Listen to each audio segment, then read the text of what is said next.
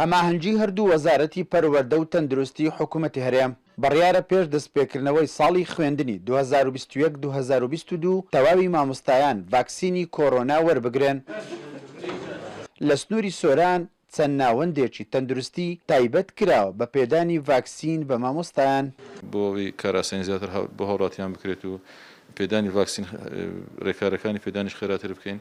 لە کاتی ئێستادا چەند سنتەرێکی پێدانی ڤاکسین لە سنوور بێرەوە تەندروستی سۆران کرێتەوە ئەوش بریتیندا نەخۆشخانەی ڕەواندز نەخۆشخانەی خەلفانی بنکەی تەندروستی هەندرێن و بنکەی تەندروستی هەرێم کە ئەوەی بنکەی تەندروستی هەندرێن تایبەتە بە پێدانی ڤاکسین بۆ مامۆستایان کە بە پێی پلانێک بەهاوبەشی بەڕێوەبەراتی پەروەردەی سۆران مەتوانین بەرم نزیکەی 45 ڕۆژ تا 2 مانگ بتوانین هەموو مامۆستایانی سنوورەکە ڤاکسینیان پێ بدەین. لە کاتێکدا ڕێژەی توشبوون بە ڤایرۆسی کۆڕۆنا زیادی کردووە لە بەرامبەردا خواست لەسەر وەرگرتنی ڤاکسینی کۆڕۆناژ لە نێو هاوڵاتیان بە هەموو چینەکانیەوە زیادی کردووە. بەپێی ئامارەکانی وەزارەتی تەندروستیش زیاتر لە 650,000 کەس لە ئێستادا داوای وەرگرتنی ڤاکسینی کۆڕۆنایان کردووە.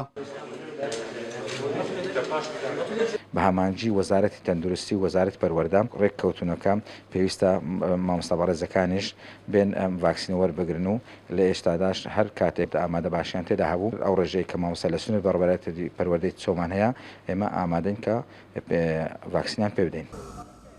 بە پێی بڕیارەکەی وەزارەتی پەروەردەی حکوومەتی هەرێم بۆ ساڵی داهاتوو خوێندن لە نێو پۆل دەبێ و تەواوی مەنهەجی خوێندنیش بۆ ئەزموونەکانی کۆتایی ساڵ تەواوی بابەتەکان داخل دەبێ بۆ تاقیکردنەوەکان جیاواز لە ساڵی ڕابردوو. بەڕەچاوکردنی ڕێنماییە تەندروستیەکان و خۆپارێزی دەوامی قوتابخانە و خوێندنگاکان ئاسایی دەکرێتەوە. ئیسماعیل عوسمان، کورسات نیوز، سۆران.